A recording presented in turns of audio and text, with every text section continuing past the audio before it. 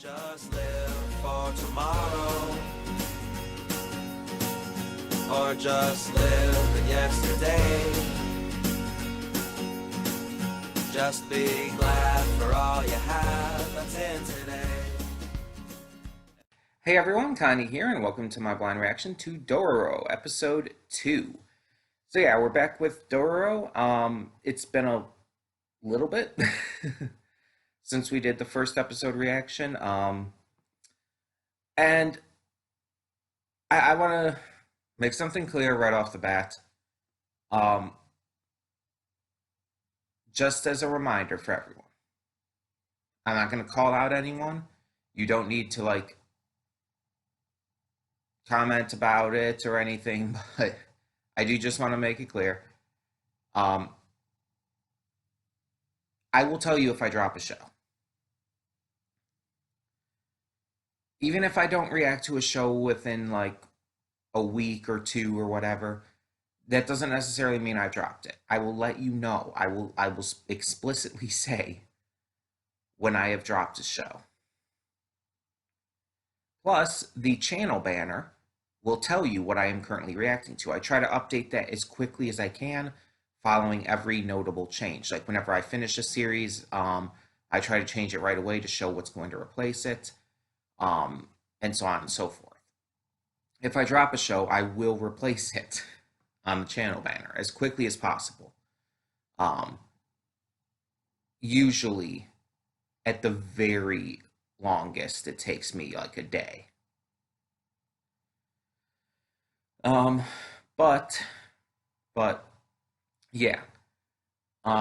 I just want to make that clear. Just because I might not have watched a show for a bit doesn't mean I am dropping it. Just check the channel banner. Just continue to watch the reactions and listen out to see if I say anything about that. Um, in fact, I believe I said in the last reaction that I was going to continue this as well. Um, and let's talk about that. Let's talk about the last reaction. Um, Kind of move on from there. But the first episode of this was interesting. It definitely got my interest. It definitely caught my investment right off the bat. Now, it's not the most exciting starting episode I've seen from a show. Not the most interesting with the best characters, but excuse me. But it was very interesting because of the premise of it. So you had this um I don't know what to call him, like a village leader or something. Because he didn't have like any massive like ranking to my knowledge. He just kind of led this like region in Japan. Um, but he wasn't like a shogun or anything to my knowledge. He might have been a samurai though. He might have had some level of power. I don't know. Either way, um, he decided to make a deal with demons. Um, Partially for the sake of his people and their land, but also partially for his own selfish desires. He wants to rule. He wants to have just power. So he makes a deal with the demons. He wants his land and people to be cared for, and he wants power. He wants power, he wants position, he wants strength. So he makes a deal, forsaking Buddha in the process, and he has to give up something, of course. So his payment ends up being his firstborn child, which is something you hear a lot. Like whenever someone makes a deal with the devil or something, it's like, of course, the firstborn child. It's kind of a meme in itself. It's an older one too because that kind of joke's been going on for a long ass time. um, but yeah, yeah. So his child is born, but he's born without skin, without eyes, or oh, a lot of shit, honestly. I think limbs as well. And so, although the guy's wife, she cares for the child still. She sees beyond just the outward appearance. The the father himself, the leader himself, basically says, "Oh, we'll try again. This was a waste of time. He's gonna die anyways. We'll just try again." And orders for the child to be taken to the river. Basically, I guess the equivalent of taking the dog behind the shed. um, you get the idea there. So yeah, this woman who's serving the family takes the baby to the river and is prepared to what looks like drown him, but she ends up having a change of heart at the last minute and sends him adrift instead, before being eaten by a demon who just happens to be there. Years down the road, I think it said exactly how many. I want to say it's 15, but I'm not 100% sure. But there's this young boy who's just like swindling, just being a bit of a con man type character for like what 10 years old, which is fun. I mean that's fun. Um, he seems like he's homeless, doesn't have a family or anything. Just trying to get by and having a little fun while doing so. Um, he ends up being attacked by these guys he swindled when they kind of come across this wandering samurai. The samurai ends up fighting a demon who appears in the river, who ends up killing, I think, all of the men. Either all of them or all but one of the men who were harassing the kid. And at the end, it's revealed that this is definitely the kid from before, the kid from 15 years ago who was set adrift in the river. He has practically everything, prosthetic eyes, limbs, all that jazz. Um, and he can't like see or hear or anything either. He just kind of has this like sense of his surroundings. Um, so the young kid ends up making friends with him, or well, it looks like they're probably going to end up making friends, I should say. Um, he ends up becoming interested in him and trying to help him. And then at the end, something really weird happened, and he kind of like grew skin and everything, and it's like, what the fuck is happening now? So I don't know what was going on there. Um, yeah, it was a really interesting first episode. It really just like got me interested to see where this was going to go. And some people may think like a show like this might not be my thing because it's like don't really watch or react to many samurai based shows or many. This looks like it's going to be a very dramatic, serious show, and I tend to like stuff with a little more levity, I guess. I don't know, but my tastes are very diverse. Um, and it's just kind of like up in the air what I will and will not like. Some shows it's like I wouldn't think I would ever like, but I end up loving. Like honestly, Isoken. I never thought I would love Isoken, but I do. And then there's shows that it's like, oh yeah, of course I'm gonna like this, like Glitch Text. um, it's just always up in the air, and it's not the first time I've watched a samurai based series. Like I like Rurouni Kenshin. I mean, kind of a different thing going on here, but still. Yeah, it's just that's why I tell you guys you can suggest anything because even I don't necessarily know what I'm going to like or not. I could end up being surprised. Um, excuse me. And so far, based on the first episode, I am interested. I want to see where this goes. I wouldn't, again, I wouldn't say it's like my favorite series opener or anything, but I am very much interested. So we are continuing this, and I'm hoping that episode two whatever it contains, because I have no idea. Maybe it will give us some context into what happened at the end of episode one. I don't know. But either way, hopefully it's just good. Um, Now, one other thing before we begin, I had unfortunately been spoiled on names. Apparently, like there's a name that this that our main character, the samurai, is going to be going under. I don't remember what it was, luckily, but I was spoiled on it in the comments. Someone just mentioned it and like I think mentioned what it means or something. Um, don't don't do that, please. That is considered a spoiler to me. If it hasn't been said in the series yet and I clearly don't know it, then it counts as a spoiler. The first episode did not state any kind of name for the samurai, especially current day. I don't think it mentioned a name for him as a baby, like from the mother. Excuse me.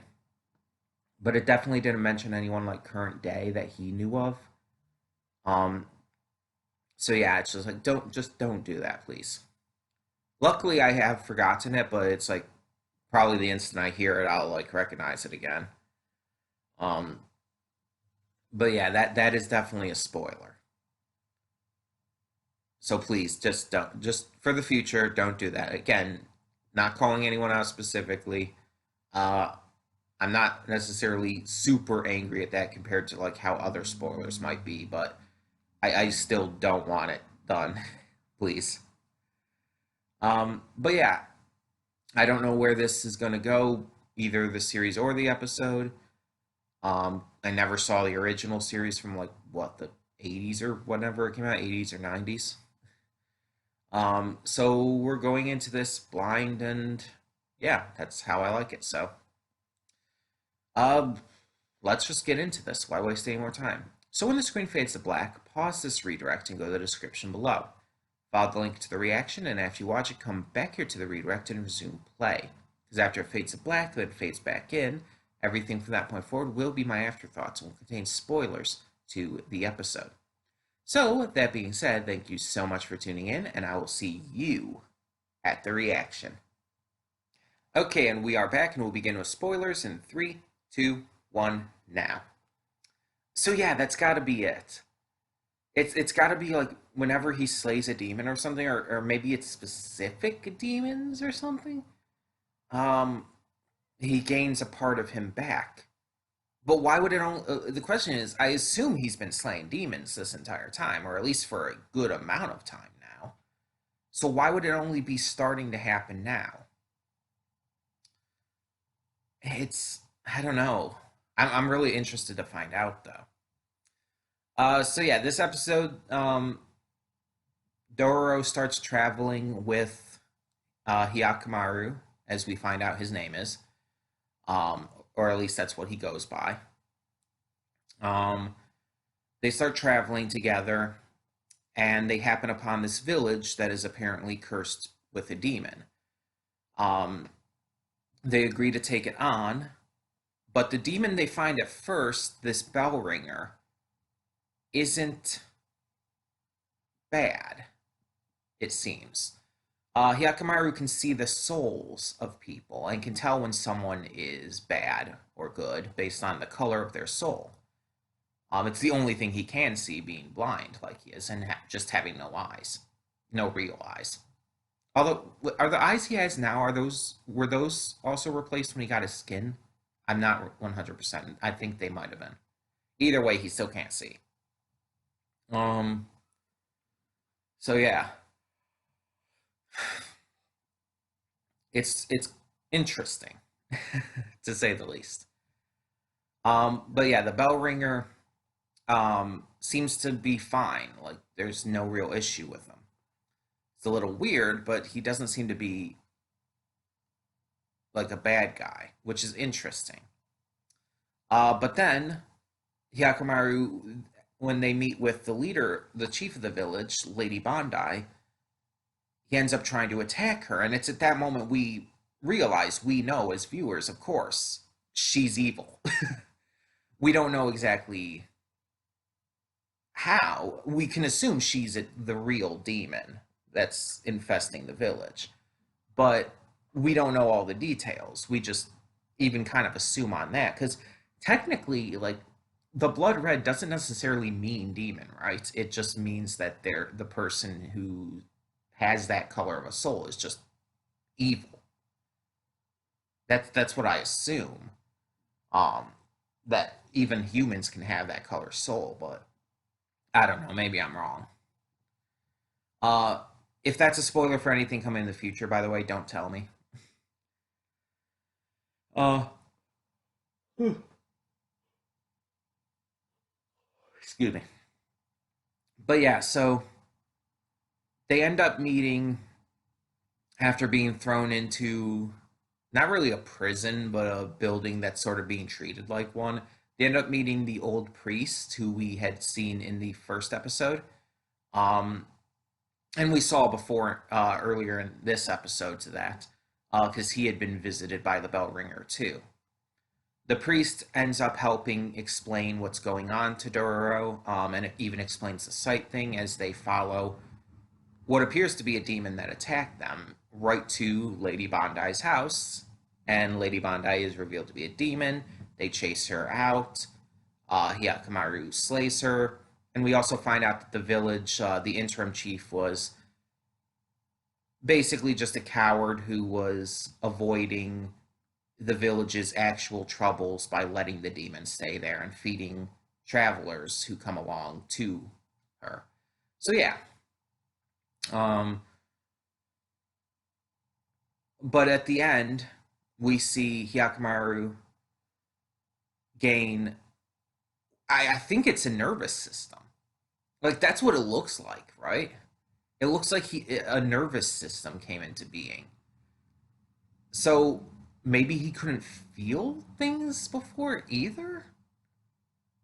I don't know. It's like we knew he couldn't see or hear or talk, but it's like, did he have no sense of touch? Because that would make so much extremely difficult. Like think about it. It's like you use your sense of touch for everything, for walking, for holding things, moving around in general. It's like that would hinder him so much, I feel. So if he didn't have any kind of sense of feeling, I don't know. Maybe there's something more to it. Maybe I'm even reading it wrong. It's hard to say. But the point is, it seems like every time he slays a demon, he's gaining something from it. He's gaining like a piece of him that he was born without. So it's really interesting. We also got a glimpse of the prosthetic maker, the guy who makes the prosthetics for the dead. Um, it's I feel like it's building something with him, and I don't know what yet. I definitely think he's going to come across our main characters. Just don't know when. Um, but yeah, I am very much invested in this series now. Like it's very well paced. The characters are good. The demons are interesting. Honestly, this might be a controversial opinion, but this also is it's just my opinion. It's just my view on things. Also, some people might say it's like, oh, it's not even really that comparable, which, yeah, I mean, I can even agree to that to a point. But this almost feels like a more entertaining, better written, and just more enjoyable in general Inuyasha to me. Like I grew up watching Inuyasha. I don't know why because I hated it and I still do. I don't like the characters. I find pretty much almost all of them annoying, or in a couple cases, actually detestable. Like Minoku, the monk dude who's a lecherous pervert. Um, the only character I ever actually liked was Sango. And funny enough, I've met her English voice actor. um, but yeah, it's like I never liked the story. I never liked the characters or the threats for the most part. It just all seemed very forced, very just cringy almost. Like it was trying way too hard to be like this big, serious, exciting show with like bits of comedy in it, and it just never felt that way to me. It always felt very false, like it was putting on an act and trying to be something it wasn't. You know what I mean? Um, I never got into the characters. The humor wasn't funny to me. The action wasn't funny. There's only one episode I liked, which was, I think, the episode that introduced Sango because it also featured her brother. And I think there was a spider demon. Um, but yeah, that is like the only episode I actually liked. Um, but because of that, because I never got into it, it's like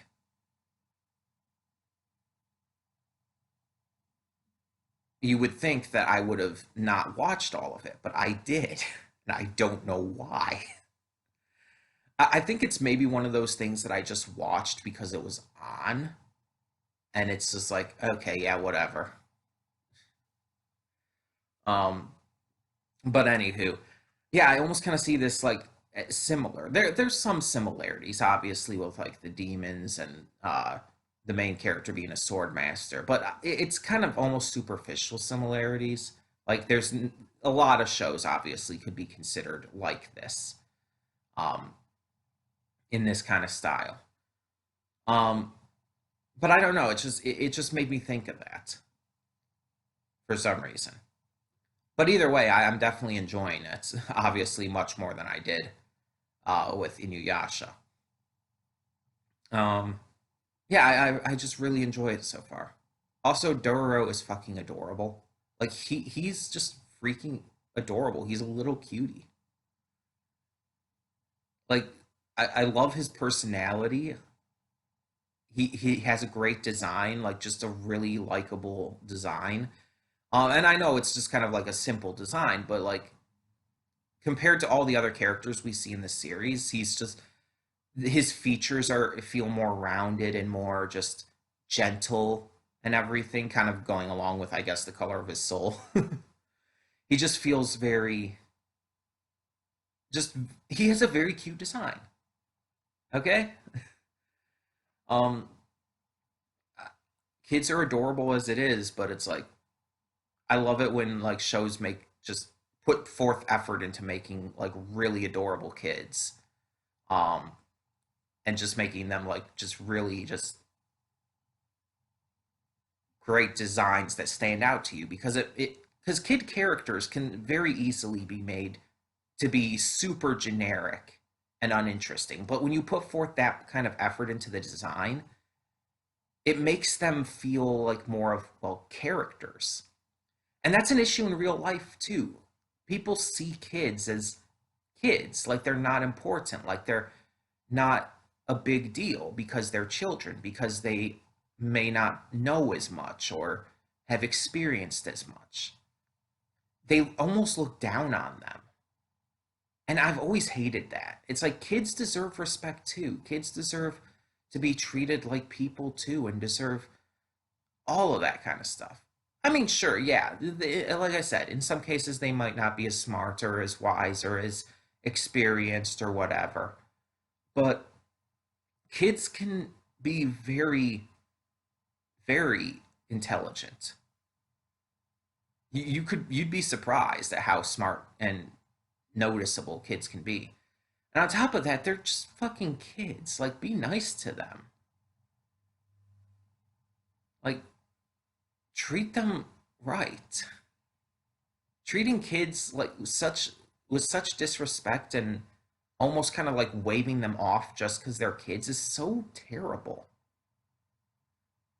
So when I see kids like this in anime or cartoons or whatnot that are drawn this well and just given this much respect as characters, I just really like that because it just it feels just so respectful towards kids who in real life are just treated so like lesser people. Honestly, they're treated as lesser, and it's just sad.